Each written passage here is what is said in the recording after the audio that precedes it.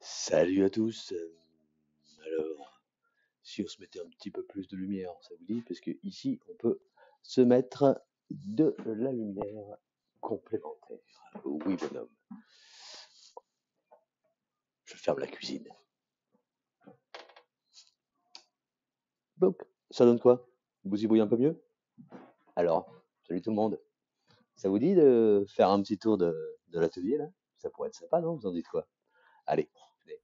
Et s'il vous plaît, vous excuserez la qualité du son. J'ai pas encore reçu mon micro-cravate, mais ça va venir. Bientôt. Voilà. Alors, la visite, on la commence par l'entrée. Enfin, en tout cas, vu d'ici, c'est plutôt la sortie, mais c'est pas grave. Alors, directement à l'entrée, quand on en est sur la gauche, on a ici un petit point d'eau pour laver tout ce qui est pinceau, etc.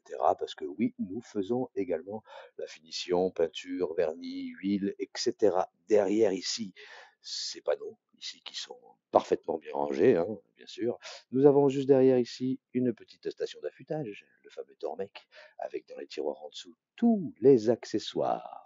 Voilà, de l'autre côté, ici même, nous avons la scie radiale avec le banc de coupe.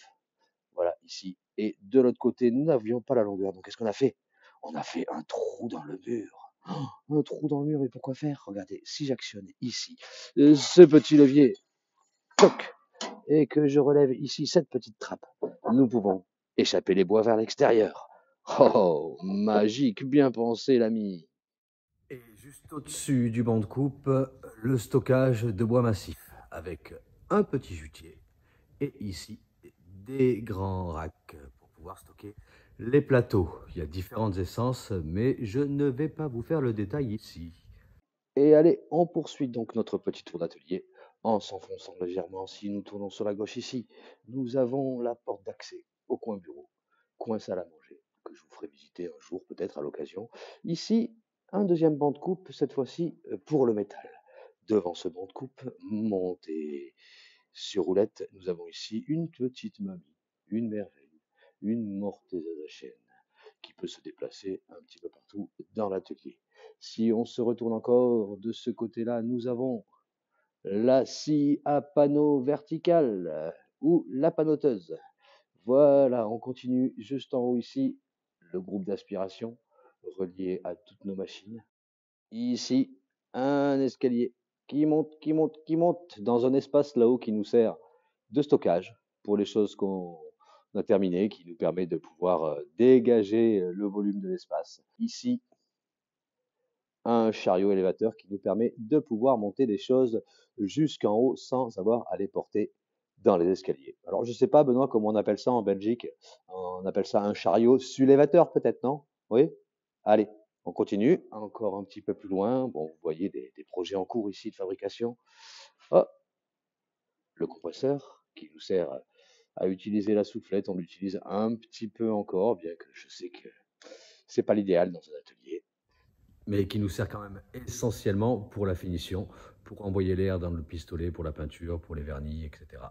Et derrière le compresseur, le rack à panneaux, juste en dessous du groupe d'aspiration. Voilà le rack à panneaux, avec derrière, sur le côté juste ici, le chutier pour les panneaux. Voilà. Ici, la perceuse à colonne est également montée sur roulette pour pouvoir se balader. De l'autre côté, nous avons la rabot d'égo, une partie de nos serre-joints. Ici, une combinée. C'est une gamme semi-professionnelle. Elle nous sert essentiellement de scie à format, mais on va la changer dès que possible pour une machine avec un chariot plus important, mais surtout d'une gamme supérieure. Ah, en passant, Benoît, ça, c'est une scie à format. Une panoteuse, c'est le gros machin là-bas que j'ai montré tout à l'heure. Hein?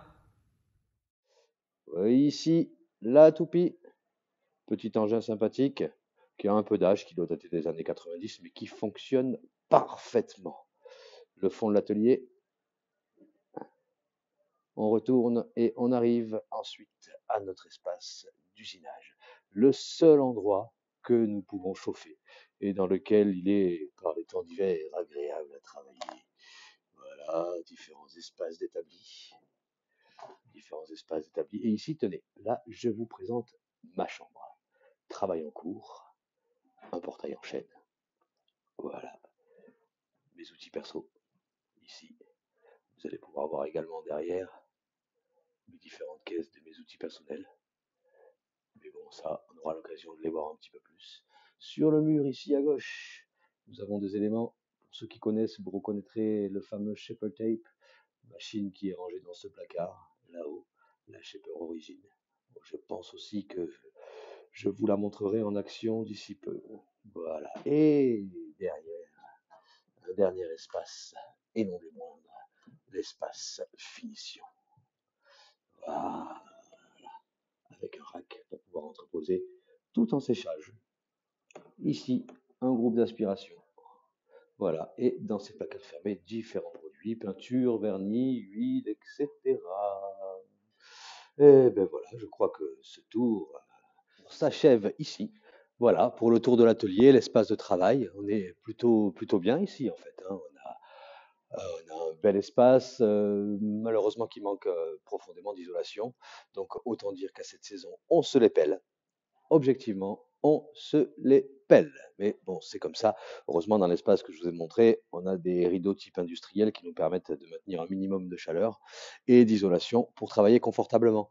Alors l'idée, c'était dans la prochaine vidéo de vous faire une présentation de cette mamie, là, la scie à panneau, la panoteuse, Benoît. Panoteuse, scie à format. Ça va? C'est bon? Ça rentre? Voilà. Donc, dites-moi dans les commentaires si ça vous intéresse, une vidéo sur cette bécane. Sinon, bon, je trouverai peut-être une autre idée. Allez, salut!